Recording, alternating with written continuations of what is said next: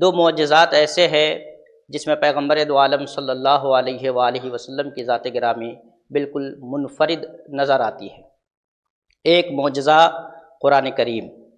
قرآن کریم پیغمبر دو عالم صلی اللہ علیہ وآلہ وسلم کا ایسا معجزہ ہے جو ہر انسان اپنی آنکھوں سے دیکھ رہا ہے، محسوس کر رہا ہے۔ اللہ تبارک و تعالیٰ نے قیامت تک کے لیے اس کتاب کو محفوظ فرما دیا ہے اور ساری کائنات کے انسانوں کے لیے قیامت تک کے لیے اسے کتاب ہدایت قرار دیا ہے۔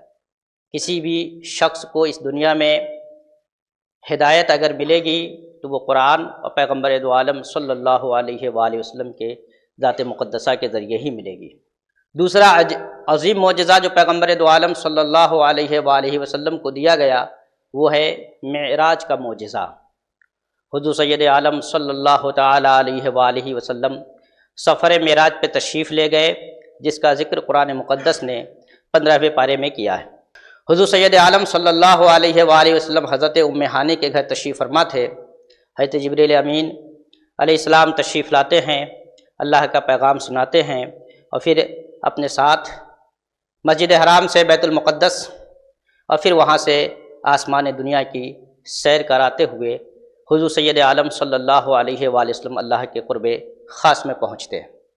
سفر معراج کا وہ حصہ جو مکہ سے بیت المقدس تک کا ہے اس کو اسرا کہا جاتا ہے، جس کا ذکر قرآن مقدس نے کیا۔ سبحان الذی اسری بعبدہ لیلا من المسجد الحرام الی المسجد الاقصی، پاک ہے وہ ذات جو اپنے بندے کو لے گئی راتوں رات مسجد حرام سے مسجد اقصی تک۔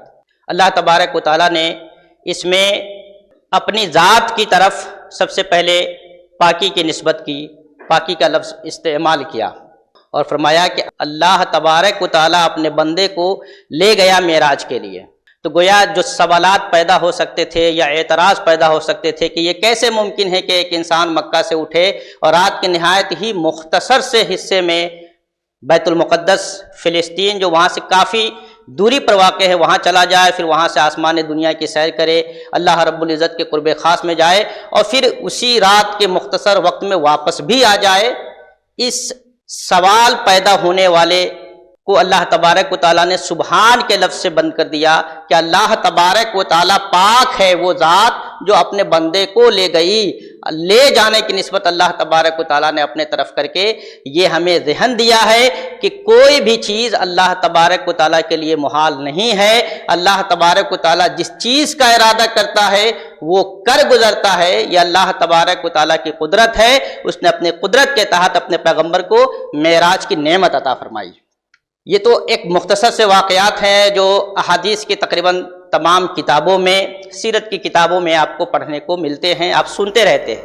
لیکن اس سفر معراج سے اللہ تبارک و تعالیٰ نے ہم انسانوں کے لیے جو دروس متعین فرمائے ہیں، جو اسباق محدثین نے، مفسرین نے، صوفیاء نے جو اسباق جو نتائج نکالے ہیں، ان میں سے دو تین چیزوں کا ذکر کر کے میں اپنی گفتگو ختم کروں گا۔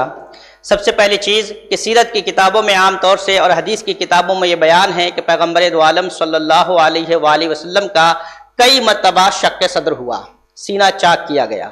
اس میں ایک مقام وہ بھی بیان کیا گیا ہے کہ سفر معراج سے پہلے حضور اکرم صلی اللہ علیہ وسلم کا شق صدر ہوا اور حضور اکرم صلی اللہ علیہ وسلم کے قلب مبارک کو زمزم کے پانی سے دھلا گیا ہے، پاک کیا گیا ہے۔ معراج کیا ہے؟ عروج، اللہ کے قرب خاص میں جانے کا واقعہ۔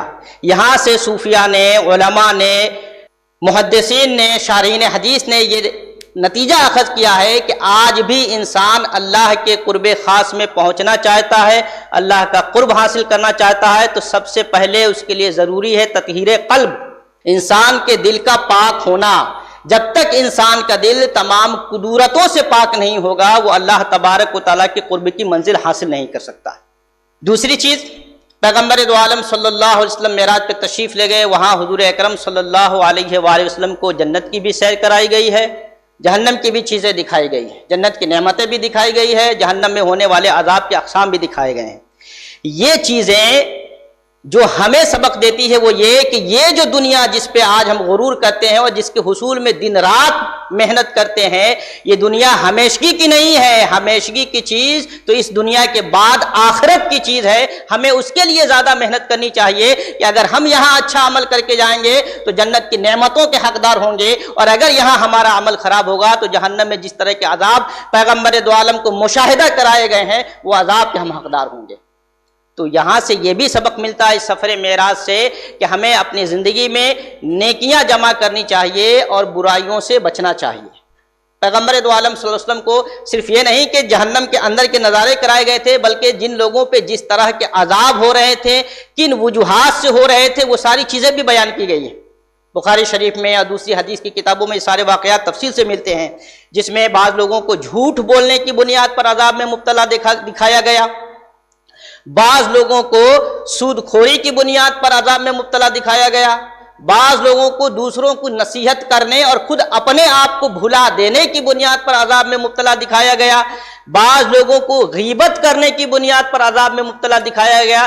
تو یہ وہ ساری برائیاں ہیں جس سے اگر انسان بچتا ہے تو جنت کی نعمتوں کا حقدار ہوتا ہے، اور اگر ان برائیوں میں ملوث رہتا ہے تو جس طریقے سے پیغمبر دو عالم صلی اللہ علیہ وسلم کو مشاہدات کرائے گئے ہیں، کہیں ایسا نہ ہو کہ ان مشاہدات میں ہم جو ان برائیوں میں مبتلا رہتے ہیں ہم بھی گرفتار ہو جائیں۔ تو سفر معراج سے ہمیں یہ بھی سبق ملتا ہے تو اس طرح کی برائیوں سے ہمیں اپنے آپ کو بچا کے رکھنا چاہیے۔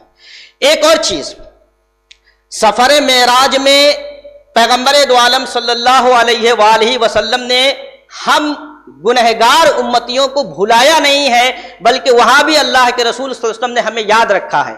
اس قرب کے عظیم مقام پہ جہاں دوسروں کی رسائی نہیں ہوئی ہے، پیغمبر دو عالم صلی اللہ علیہ وسلم کی رسائی ہوئی ہے، اس عظیم مقام پہ فائز ہونے کے باوجود بھی پیغمبر ہمیں یاد رکھ رہے ہیں۔ یہاں سے ہمیں یہ درس ملتا ہے کہ اس دنیا کے اندر رہتے ہوئے ہمیں اپنی ذات کے ساتھ ساتھ دوسروں کا بھی خیال رکھنا چاہیے۔